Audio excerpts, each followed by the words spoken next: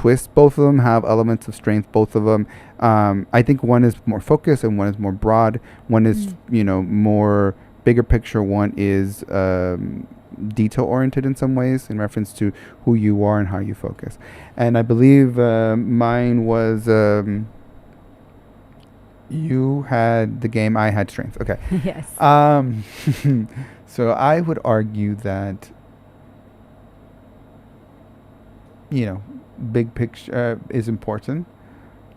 But even if you're not winning, if you're satisfied, I would say that's a win right there. Right? You can keep playing the game over and over again and maybe never win. But I would say that if you're happy competing, if you're happy doing the thing you're doing and how you're doing it, I would say that it allows you to be more in that moment and get more out of the moment because you feel satisfied with who you are. And again, I always argue, reflection and knowing yourself. And I feel like when you do that very well, the other things kind of just don't matter as much, or they kind of fall into place in reference to having your strengths shine.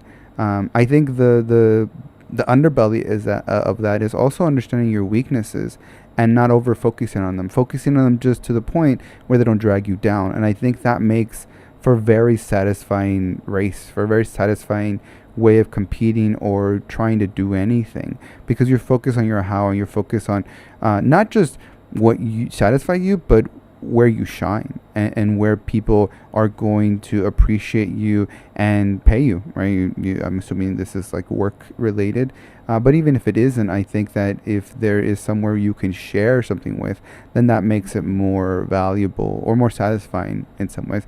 I know it's kind of weird, but it's like having like I always say, it's like being satisfied with one cup and then someone else coming and then now you have more to fill.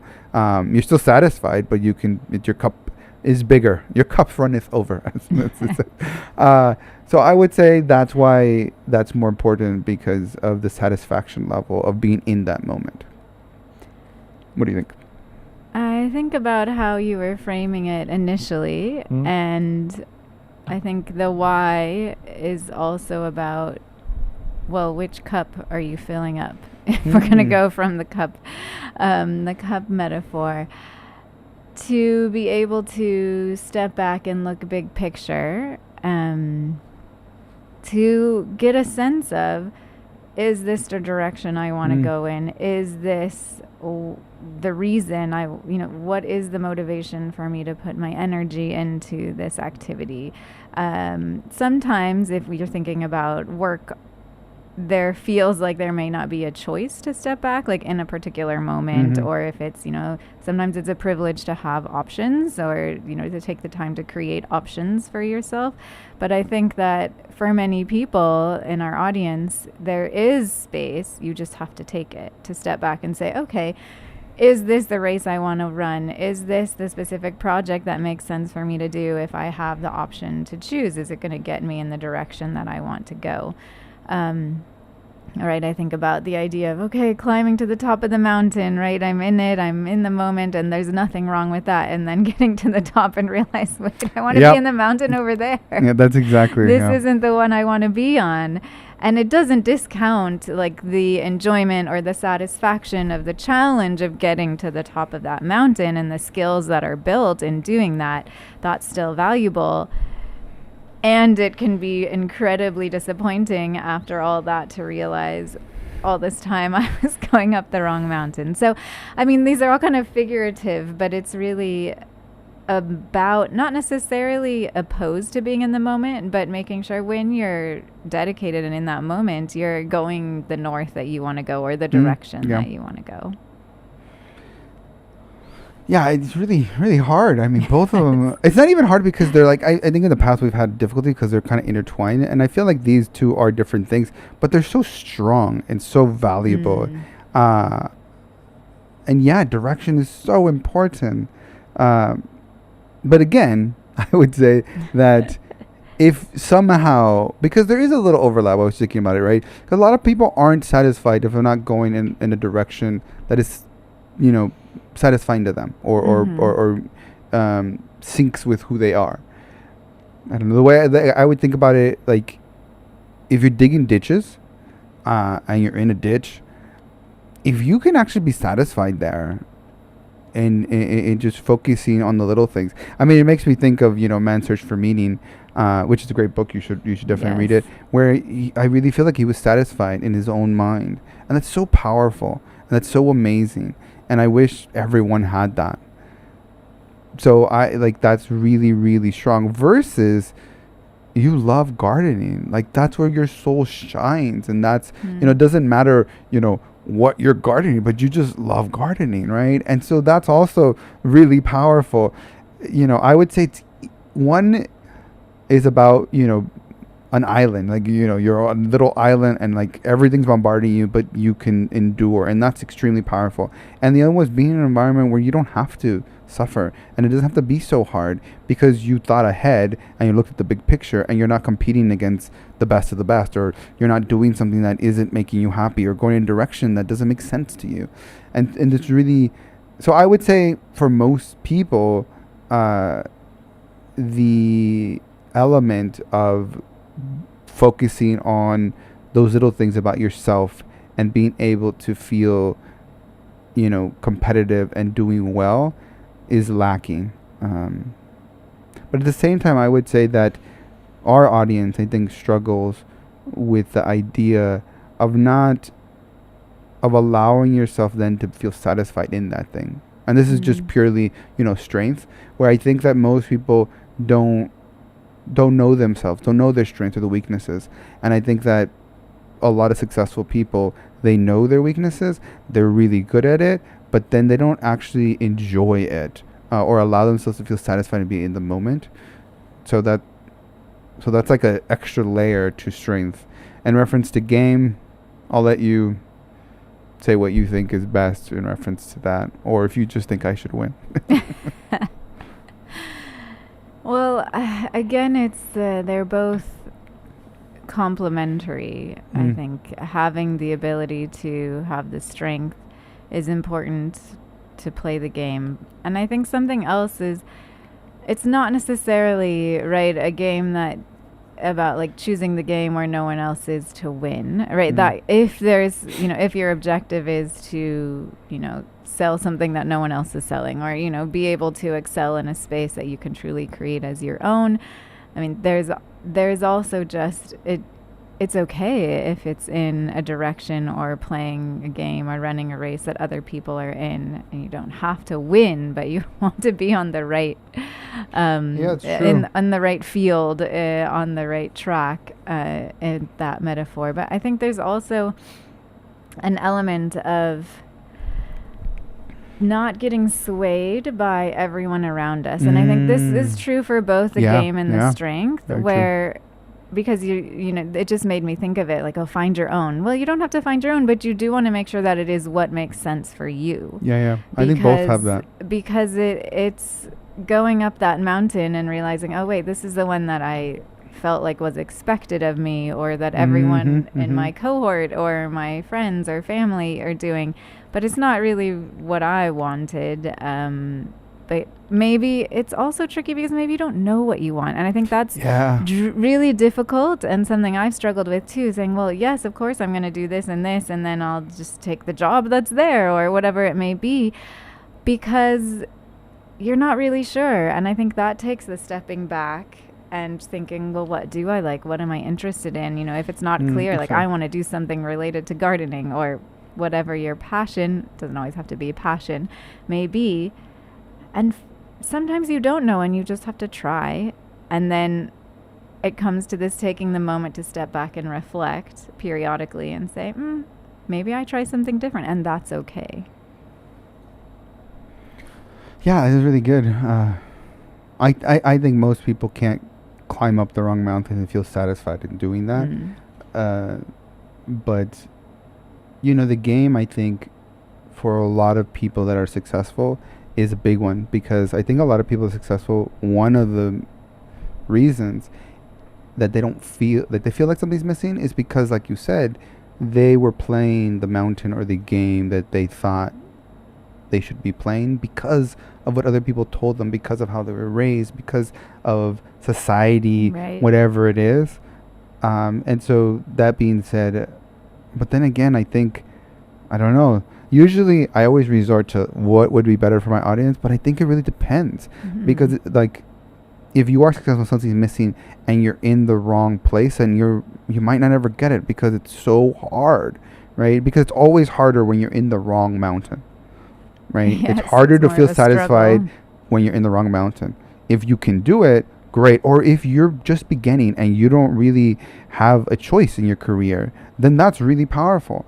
But if you're late in your career and you have the power to switch mountains, life is gonna just be better. Or if you have the ability before when you're younger to then look at the big picture and choose the mountain and have that privilege in some sense, then that's gonna lead to a way better life overall, and it's gonna be easier to feel that satisfaction. So it just depends, I think, which is more important depending on the individual. And I think that for me it's not very clear if for an audience which is more important, considering I can see the importance of both, and I can see the value in both for people who feel like something's missing, and so that like that doesn't help anybody. But both are very powerful, and hopefully, like talking through it, you feel as you're listening to us, one resonates more with you, and if that's the case, focus on that one, right? So in this sense, I would say that I don't feel confident saying one's more important than the other, even for my audience. I would say that this is one where it's like choose your own novel, right? Like you need to choose. And like Juliet said, sometimes we don't even know what we need. So my suggestion to you is if you're in that point, then just choose what you want. And in choosing what you want, if you look at the mountain, you're like, well, that one's pretty, that one's nice, that one looks cool, everyone climbs that one, I'll climb that one. You're going to learn so much by climbing that mountain, even though it's wrong, because there's a lot of other mountaintops. So when you get up there and you realize this was not the ideal one for me, you're going to be a lot better at choosing the next one being the right one for you, if that makes sense. Hopefully that makes sense. Like it can be the right one for you, and also in that moment of time or that chapter of your life. I think this is another thing that goes along with finding what makes sense, right? Okay, there's the complication of what's expected, the should element of what should I do, what do I want, what do I need, but also in this moment. So I think it comes back to the regularly stepping back and reflecting on, is this the direction I want? Am I able to enjoy the moment? Do I feel satisfied with the challenges because there will be challenges, the challenges that I'm, investing in dealing with or addressing? And it can change. And I think this is also difficult because I feel like we get a lot of programming and you have to stick with it. And if you change, you're flip-flopping. But Sunk that's costs. part of learning, right? And being able to say, yes, this is how I felt or what I thought, what I believed, what I did. And then I realized, 10, 20 years later, or maybe even just a year, depending, it didn't make sense for me, and that's okay. And I've learned that I want to try a different direction, or I want to try a different focus, or to try to add something new, even if it's not just career related, right? Add something new into what I'm putting my time and energy in. And it's okay that it shifts and that it changes, because we change. Definitely. It makes me think about, I was trying to think about examples, and for me, a lot of people in high school thought I loved school, but I actually disliked school, to be honest. It's a standardized test. I mean, I grew up inner city minority, not the public school. But I knew that the best race that get out was going to be school, right? And I figured out what were my strengths. I was really good at memorizing stuff, and I played all those things. So I didn't get to choose which sport I was going to play. I only had one race, but I used every single thing that I could find within myself that I could tolerate to excel and come out ahead, because I knew that was my best opportunity to come out and be successful the way I thought I wanted to be successful. But then again, on the flip side, I thought I wanted to be a brain surgeon, right? And I was so convinced. I was ready to take, community college courses so that I could, before I went off to college so that I didn't have to compete with other people, so I can get the A's and my grade point average. And I was like doing all this stuff with different, organizations. And it took a big picture to reset me, right? Because I followed them and I realized these surgeons don't have a life that I would be satisfied with. And like I could see the elements of why I liked it and why I would love it, but I could also see the other side, that they weren't seeing their family, and family is important to me, that they weren't really able to not do their job because lives were at stake.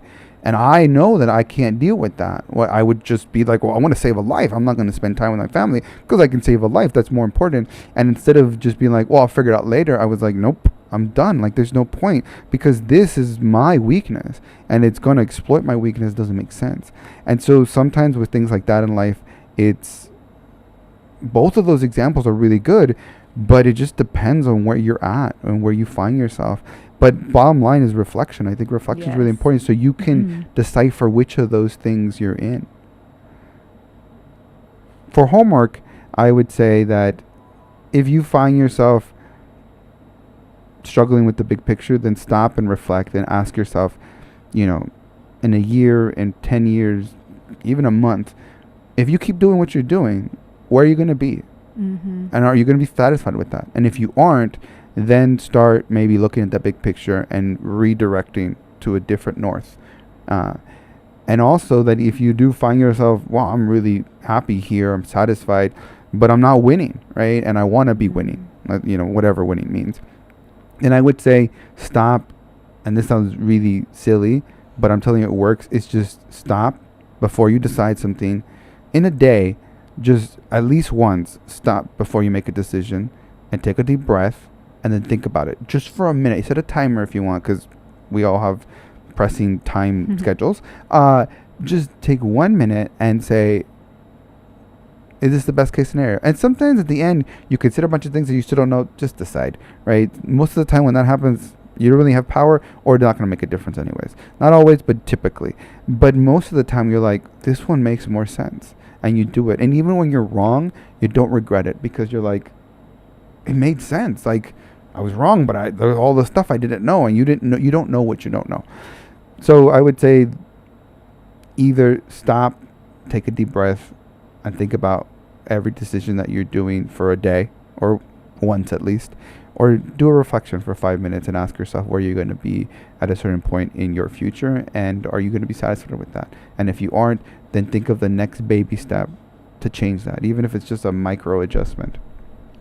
And then I think to add, I would say follow up, right? Because it doesn't have to be every day, but maybe it's after a month, or maybe quarterly, because it gets tricky for me too, thinking longer term and how you check in, because you can have that reflection and maybe you have something that's very clear, or maybe you have something that's a little fuzzier, so you try, but if you don't then kind of check back in, you may not realize you've either veered back or it didn't make sense, that whatever the micro, even if it's a very small change is. So I think that setting a regular time, for me, it's helpful to just put it in my calendar, because then I have to look at it and remember to do it.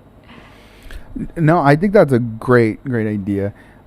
Trying to think of a constructive or more hands-on approach that you can do today.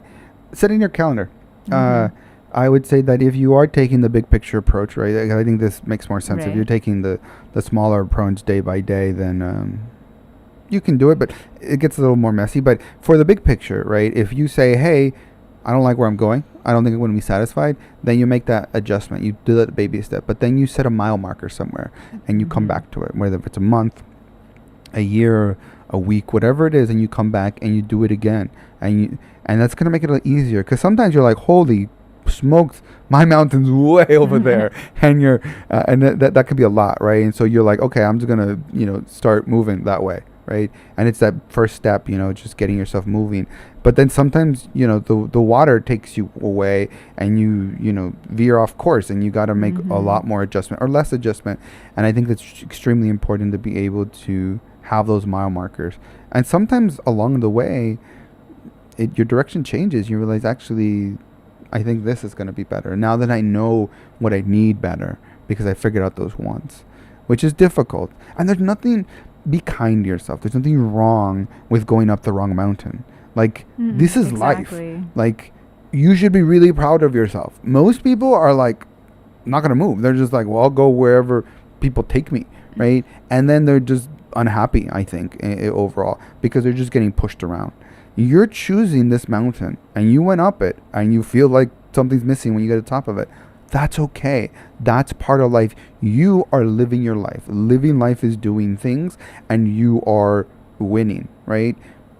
But the secret, I think, to satisfaction is figuring out why you're winning and figuring out how to get satisfied, right? If you can do that, then you can make those adjustments to a different mountain, or make those adjustments to climbing this mountain better, or whatever that means for you. Anything else you wanted to add? No, I think that's a good place to stop. All right.